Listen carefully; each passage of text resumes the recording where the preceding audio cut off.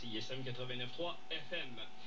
Il y a un changement majeur qui est en train de s'opérer dans l'ordre économique mondial selon Robert Fisk du journal The Independent. Robert Fisk qui est selon moi le plus grand journaliste à couvrir le Moyen-Orient, en fait du Proche-Orient jusqu'au Moyen-Orient. Il n'y a pas quelqu'un de mieux placé que ça. Ça fait une trentaine d'années qu'il se promène là.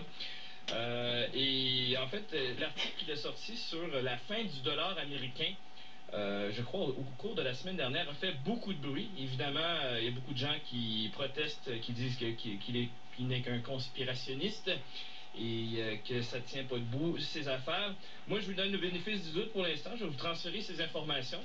Et puis, bon, on verra comment ça va se développer au cours des prochaines semaines, voir s'il fabule, mais habituellement, M.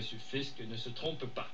Donc, il raconte que des États arabes ont démarré un processus avec la Chine, la Russie, le Japon, le Brésil et la France afin de cesser d'utiliser le dollar américain pour faire l'échange du pétrole, allant plutôt vers un mélange de devises incluant le yen, le yuan, l'euro, l'or.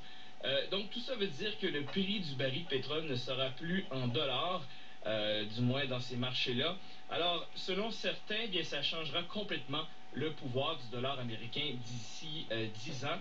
Le tout semble être un précurseur pour une guerre économique à venir entre la Chine et les États-Unis pour le pétrole du Moyen-Orient, nous dit Robert Fisk, transformant encore une fois des conflits régionaux en grands combats pour la suprématie de grandes puissances. La Chine importe 60% de son pétrole, la majorité du pétrole venant du Moyen-Orient et la Russie. En retour, la Chine exporte énormément aux pays du Moyen-Orient, comptant pour 10% des importations de ces pays-là au total, donc des produits allant des voitures, aux armes, à la nourriture, aux vêtements. Donc, pour revenir à la décision d'abandonner le dollar américain, rappelons que l'ordre financier mondial a été créé après la Deuxième Guerre mondiale. Tout ça vraiment en faveur des États-Unis, ce qui a bien sûr donné énormément de pouvoir, du moins financier, entre les mains de Washington. La Banque centrale chinoise s'inquiète maintenant de la chute du dollar. En fait, elle s'inquiète de la chute du dollar américain depuis plusieurs années déjà.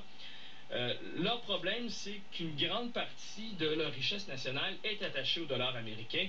Donc, pas pour rien que la Chine cherche maintenant à s'en éloigner, ce qui encourage fortement d'autres pays à le faire. L'Iran s'est joint à la marche en annonçant le mois dernier que ses réserves en devises étrangères seront en euros plutôt qu'en dollars. C'est intéressant de rappeler ce qui est arrivé au dernier pays exportateur de pétrole du Moyen-Orient qui a décidé de vendre en euros plutôt qu'en dollars. Quelques mois après que Saddam Hussein ait annoncé sa décision de faire ça, bien, les États-Unis et la Grande-Bretagne ont envahi l'Irak.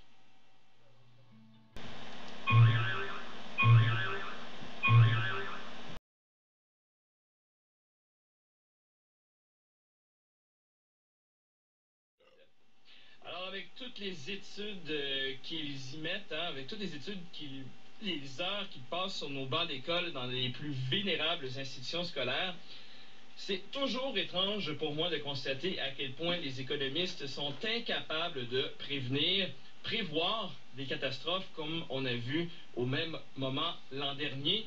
La profession d'économiste combine des gens qui, oui, tentent de poursuivre la vérité, il devait y en avoir quelques-uns, avec ceux qui poursuivent les récompenses de défendre la théorie néoclassique orthodoxe que l'on enseigne, et il y a ceux, bien sûr, qui cherchent tout simplement à défendre ce qui est bon pour les riches, en espérant avoir des miettes qui tombent de la table.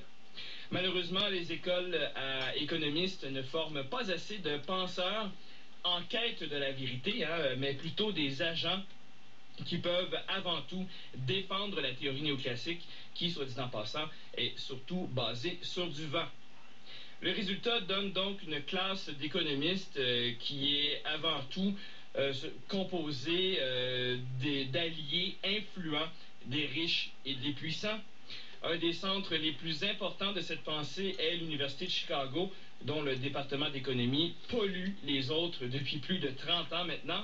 Son influence est encore très forte aujourd'hui, malgré la débâcle globale que supposément personne de la profession n'a vu venir.